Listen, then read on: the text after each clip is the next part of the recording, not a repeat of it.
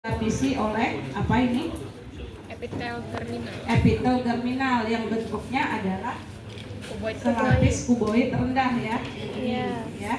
Nanti di bawah epitel terminal di sini ini ada jaringan ikat ya, jaringan ikat padat ya, yang kita sebut dengan tunika albuginea ya. Nah kemudian di bawah daerah tunika albuginea ini ya ada daerah yang sangat seluler. Di sini banyak folikel ovarium, ini macam-macam bentuknya ya. Ini adalah daerah korteks dari ovarium ya. Nah sedangkan nanti daerah yang lebih banyak pembuluh-pembuluh darahnya ya itu adalah daerah medula ya.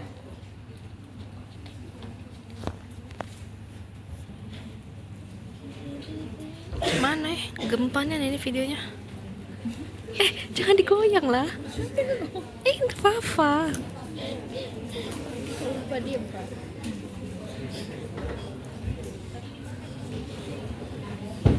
Jelek nih. Maaf. Jadi yang epitel germinal itu yang di sini ya. Jadi dia bentuknya itu kuboid rendah ya. Jadi nggak terlalu bulat ya. Tapi ini nggak terlalu utuh juga ininya. Nah ini ya pinggirnya ini dia kan cuma selapis ya. Jadi dia tidak bulat dan tidak benar-benar gepeng juga. Makanya dikatakan dia kuboid rendah ya. Nah kemudian di bawah si epitel ini adalah jaringan ikat ya, jaringan ikat padat ya yang kita sebut dengan tunika albuginea ya, yang di bawah epitel.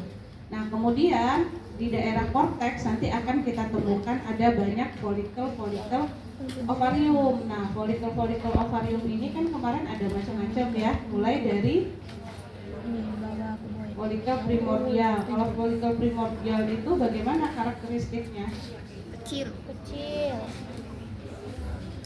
Selapis kuboid. Folikel primordial itu yang seperti ini ya. Mana?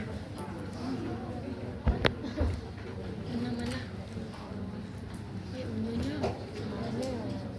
Setelah epitel germinal itu ya? Nah, kemarin folikel primordial itu dia terdiri atas oosit ya. Oositnya adalah oosit primer yang ini ya. Kelihatan ya oositnya, yang dia dilapisi oleh satu lapis sel folikel yang berbentuk squamous ya. Nah ini adalah sel folikelnya nih. Nah ini adalah folikel primordial. Ini juga adalah folikel primordial. Ini adalah oositnya. Ya, ini adalah oositnya ya. Nah ini adalah sel folikelnya. Terus pertanyaannya kenapa nggak kelihatan nukleusnya? Ya. Oosit folikel primordial itu kan bentuk bangunannya 3 dimensi sebenarnya, ya kan? Sedangkan kan preparat ini 2 dimensi. Nah kalau kayak bola ya, kita motongnya agak di atas, sedangkan nukleus itu di tengah, nukleusnya jadi nggak dapet, ya. Nah gitu. Tapi kalau kita motongnya pas di tengah, pas yang ada nukleus, oositnya kelihatan, nukleusnya kelihatan. Jadi nanti akan kamu lihat itu ada oosit tapi nggak kelihatan nukleusnya seperti ini ya. Oke. Nah ini juga adalah folikel primordial nih seperti ini, yang di bawahnya ini nih. Ya tapi ini nggak terlalu bagus ya, nggak terlalu jelas. Nah yang ini yang jelas. Nah kemudian kita cari lagi nih folikel yang lain. Nah ini nih folikel primordial yang Oh itu. Nukleusnya ya. Ini kan oositnya yang besar ini ya. Nah, nukleusnya yang ini ya. Yang ini ya. Nah, ini nukleusnya yang di dalamnya ada kromosomnya ya kan. Nah ini yang di pinggir-pinggirnya yang gepeng ini adalah sel folikelnya berbentuk squamous lapis. Berarti ini adalah folikel primordial ya.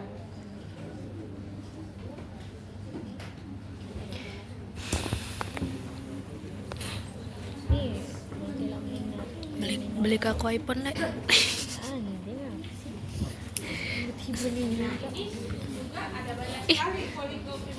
Kayak mata. Ya kan? Karena kan di ovarium itu ada banyak stok folikel primordial kan ya, nanti dia akan ngestok. Ini lah jatuh ini lah mata lu bisa ngurung kalau ini apa nih kira-kira ya? Kalau ini kan primordial ya. Ini primordial. Ini adalah primer yang Ini laminar. ini yang laminar ya. Ya. Nah, ini kan masih satu lapis ya. Jadi ini adalah oositnya. Jadi oositnya bertambah besar ya. Kalau di primordial ini oositnya paling diameternya cuma 25 mikron, kalau ini sudah bisa sampai 100 sampai 150 mikron. Jadi oositnya bertambah besar. Kemudian sel folikelnya ya, itu berubah bentuknya menjadi kuboid ya. Jadi kalau primer unilaminar itu dia kuboid selapis ya. Kemudian sudah mulai terbentuk lapisan apa? Buka ini. TK interna ya, yang ini. Ya. Ini adalah lapisan TK interna ya. Nah, kemudian yang jaringan ikat di sekitarnya ini adalah TK eksterna. Kalau di sini zona pelusidanya belum terlalu jelas terlihat ya di primer yang unilaminar ini ya. Jadi kalau satu lapis dia adalah unilaminar dan di sini belum ada apa? Belum ada antrum ya, belum ada yang kantong-kantong berisi cairan. Jadi ini masih folikel primer. Iya. Kenapa? Laminar ya, yang ini ya. Walaupun ukurannya lebih kecil dari yang tadi, tapi ini sel folikelnya sudah berubah menjadi kuboid ya. Jadi ini masuk ke sel sekunder ya. Nggak ada folikel multilaminar.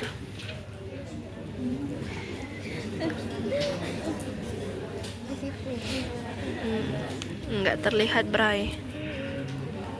Jadi kalau folikel sekunder ya, dia kan sel-sel folikelnya itu sudah mulai banyak ya.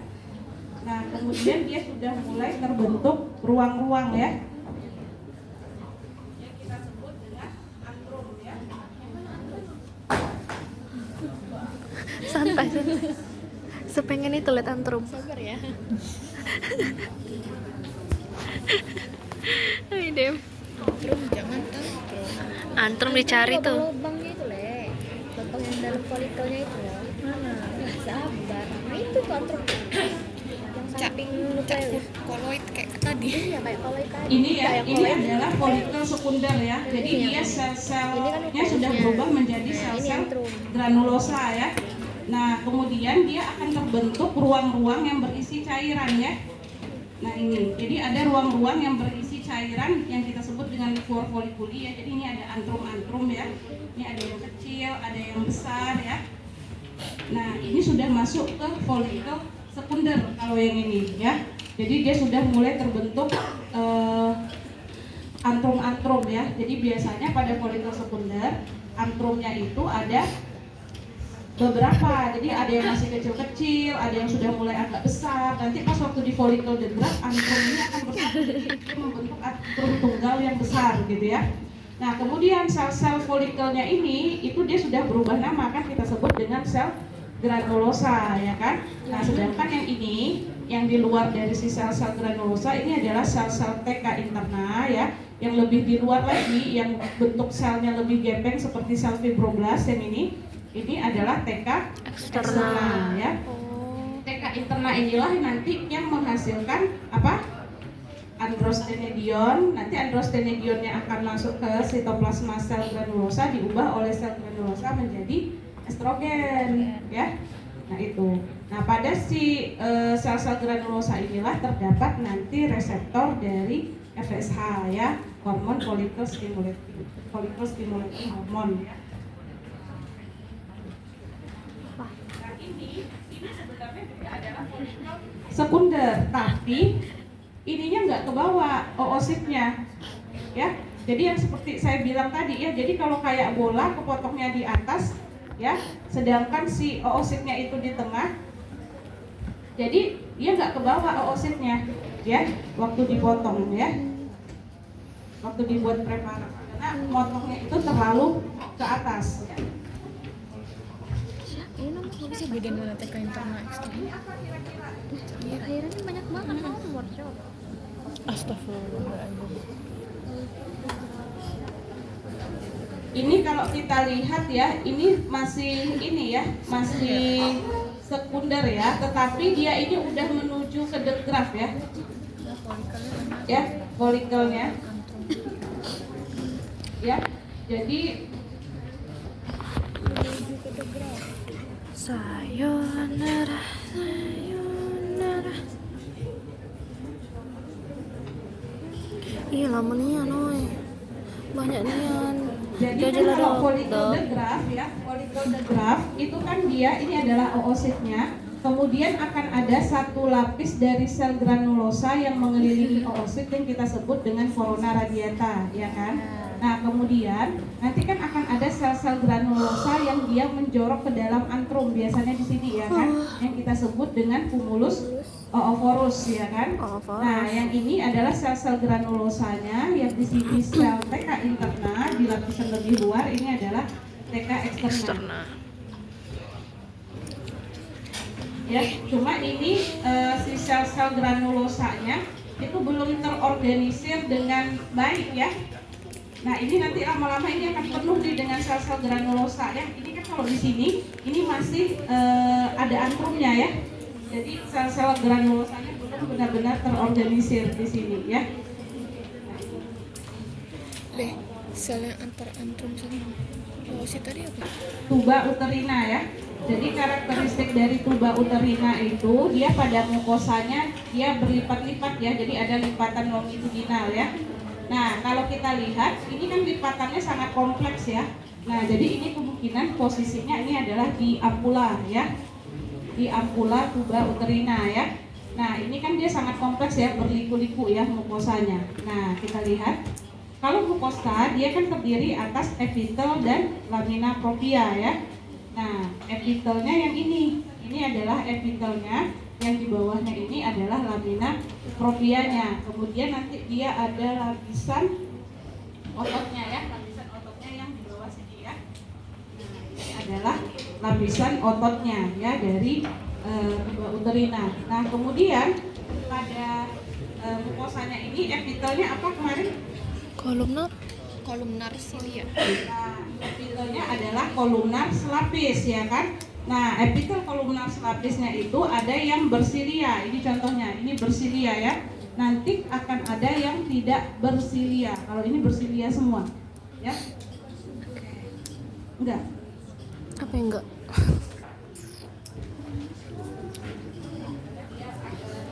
Kan semakin mendekati uterus, tuba uterina itu lipatan longitudinalnya akan semakin sederhana ya.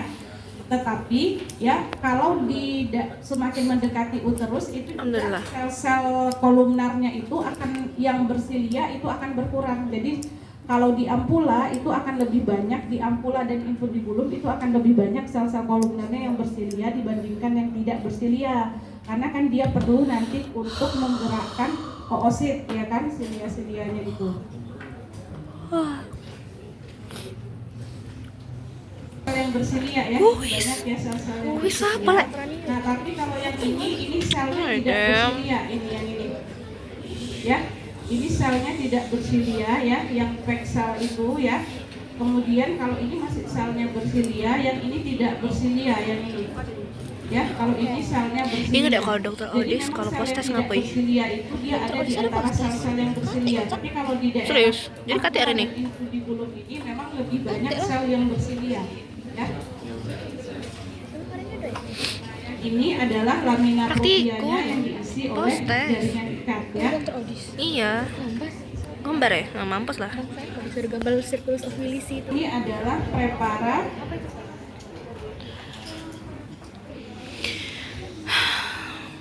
uterus ya.